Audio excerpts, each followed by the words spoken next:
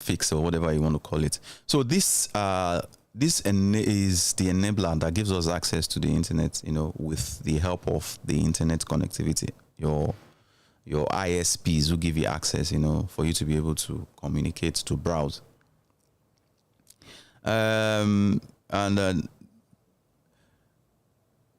So these characters are just the first characters, like I rightly said, that we type in our browser. The internet pioneer, which is Tim Berners-Lee, is credited with web, to refer to a global web of information and resource connected through the hypertext link. So we have the hypertext link, which is our HTTP, which allows us to communicate. These are just protocols, that allows us to be able to, send information over the internet. So this has been what we've been using over the time, and it has been evolving. So we will look at it from where it all started, the Web 1.0. The Web 1.0, was pioneered by the man called Berners-Lee. The early development of the internet in the 1990s, when he was a computer scientist at European Researcher, which is CERN. That's a short name for that. By October 1990, he had written 3 fundamental technologies that became the foundation of the web, including the first web page browser, or the editor, which is World Wide Web app. So he was a pioneer. He was the one that designed the protocol, that as maybe him and his team, basically, that but he coined the name the World Wide Web, and it was that the tool that enabled us to communicate, so using what we call HTML. So HTML basically is just your hypertext markup language. So the Web 1 was the era of when we have static pages. If you ever remembered in those days, when you go to a website, a browser like Netscape, you see static images. In those days when we started building websites, like I was one of, I started writing, I built static pages too back then. And I know what it was like then, when you have just hardly do you see images. It was just a read-only platform. Then the Web 1.0 was just a static page where you just have URLs, linked. You click on it and you can just read the information there. So it was just an hub, or a hub where people just go and read up information. So the internet was just a platform then where you just go, and it's just a resource kind of a platform where people just basically, maybe for researchers, you just go and get information, read about it, and that was it. Then it started evolving. So from there, people started sending static mails, and so that was what Web 1.0 was all about. It was just the static features whereby you just have, maybe a few images, but basically it was just links, text basically, where people have different content, static images, static platforms. So that was what Web 1.0 was then, basically. If you remember in those days when we were early adopters of the internet, if you go to a page like yahoo.com, then before they metamorphosed into mail and messaging, the platform was just static. What you see there is just static URLs, multiple links that can lead you to where you just go and read up articles. You can read up stuff like stock pricing. You can get information, academic information. You can get, job offers, but they are all static links. There was nothing fanciful about it. Nobody would have envisaged or would have, envisioned that, like in 2023, we'll have very dynamic websites with beautiful animations and stuff like that. Nobody would have in the 90s. Nobody, if you had even told them that something like that would exist in the future, they'll be like, no, because then the static websites was like the hinting, like it was what was, in vogue, as of that time. So it was basically all we had then, so with the help of the URL is just your uniform resource identifier or locator, that is uniquely is a unique address that is used to identify each resources on the web. So, like, what it means is, they have a website name. Like, for instance, you go to www.yahoo.com. So that is just a unique identifier. The yahoo.com is just a unique identifier that allows you to be able to, anywhere you are in the world, once you type in that name, you'll be able to get access to the information on that URL or on the website, which is currently. So the HTTP, like I rightly said, is your hypertext transfer protocol, which allows for retrieval of linked resources across the web. So it's a link or a retrieval mechanism that is designed, or that was designed then, to allow us be able to get information on the internet using our URL or your URI, which is your Uniform Resource Identifier. So these are the enablers of what we term as our browsers today, and the specific websites that we go to. So these things it has moved and it has grown beyond that. So you can imagine where we came from back then in the 90s. So nobody ever knew that even your phone we could have a smartphone. Like, nobody envisaged, it was, you remember in the 90s now, it was talk about Motorola, these other phones, all these Nokia 3310, there was nothing like iPhone then, though it was existing. We would have MacBooks then, but there was no smartphone. There was nothing like Android or iOS. The OS, yeah, it was existing on Mac, but not as a mobile device. So by the mid-90s, the introduction of a web browser such as Netscape, which other one do we have? Lycos. There were some other web browsers which, they didn't start the test of time. They packed up, So Netscape was like, in the 90s, was like the in thing, Our browsers, before Google, the likes of Google came in, and Chrome, and people just dumped those ones. In those days, what you had was Netscape, which other, Lycos. They were, I don't know where those browsers, I don't know if they still exist anymore. But then they had static pages. It was moribund. It was dry. It was, all you just need to, it was, well, that's life. We evolve, and we grow.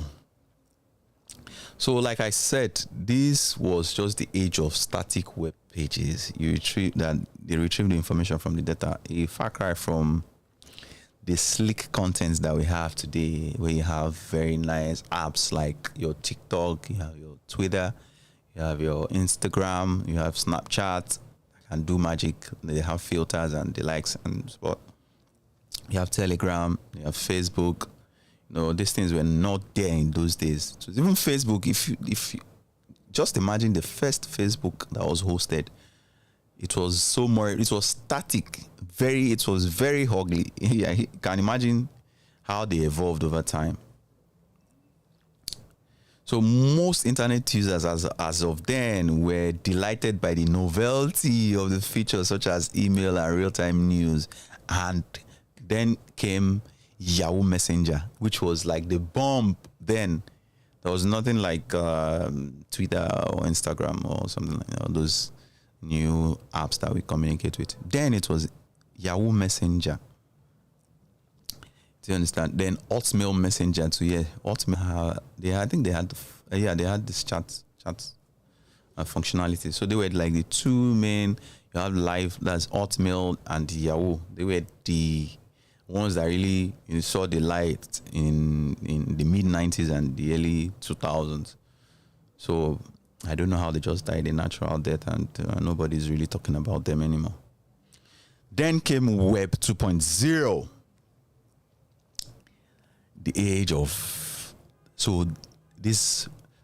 Web, a total paradigm. There was a shift in how the internet was used or how it's being used now as we speak.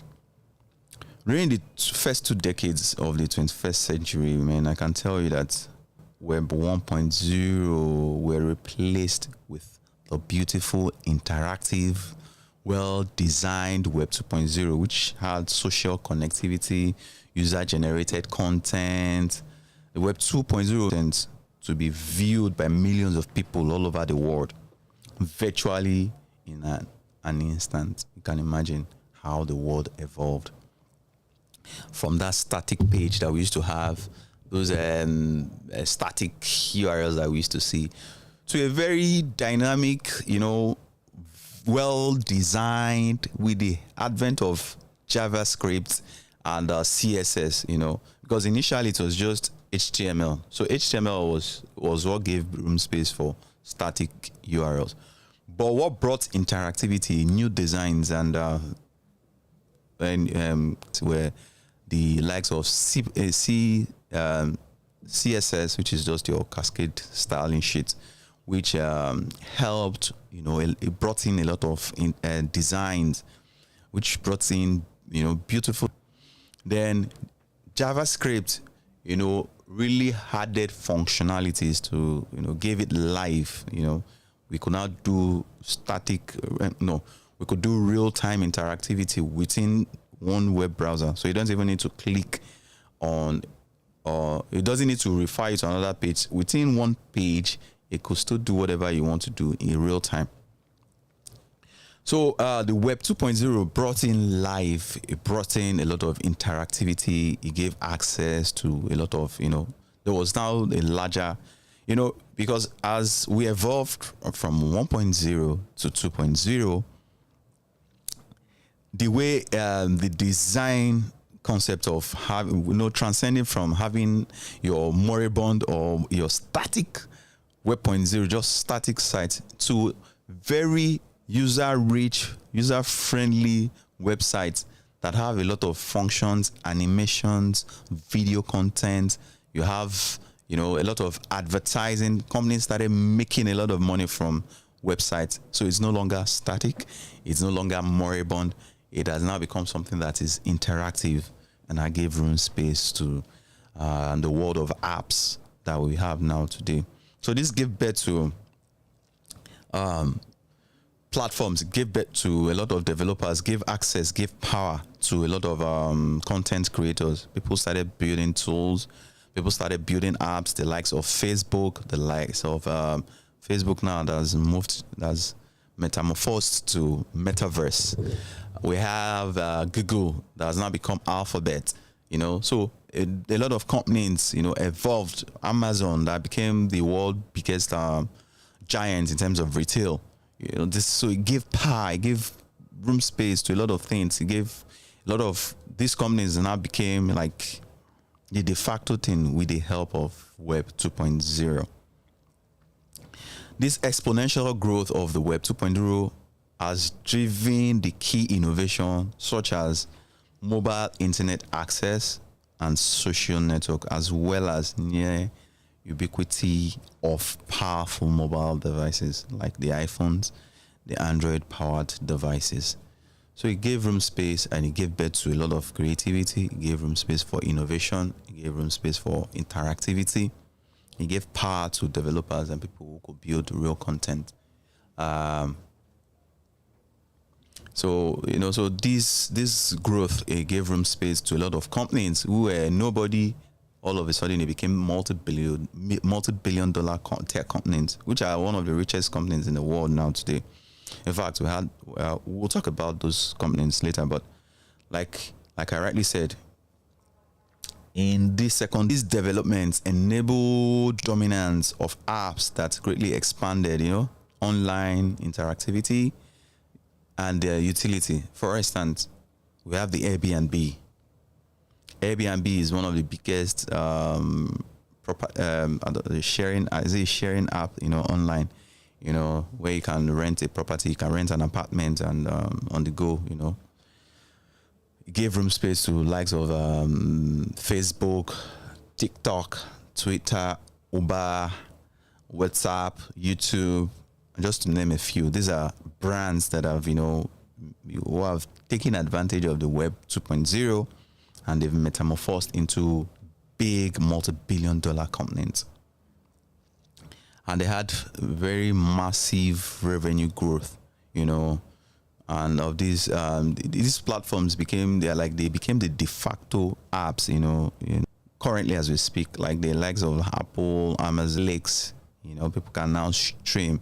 The advent of COVID gave room space. Netflix actually became like the de facto thing in 2000 when we had that the COVID pandemic at home, so they needed content. People started streaming via Netflix to get rich content, and so these are all these companies were able to metamorphose into global giants. And in fact, in America, there's what they call the FANG group.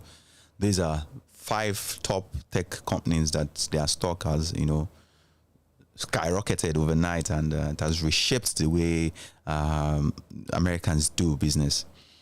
We will go on a very short break, and when we come back, we'll look at this fan group and see how they've disrupted the market, what they've been able to achieve, in all this while, and then we'll now go to the main topic, the main meat for today, which is Web 3.0. We'll go on a short break. Please, you can still follow us on our social media handles so that we can, continue this conversation. We'll be right back shortly.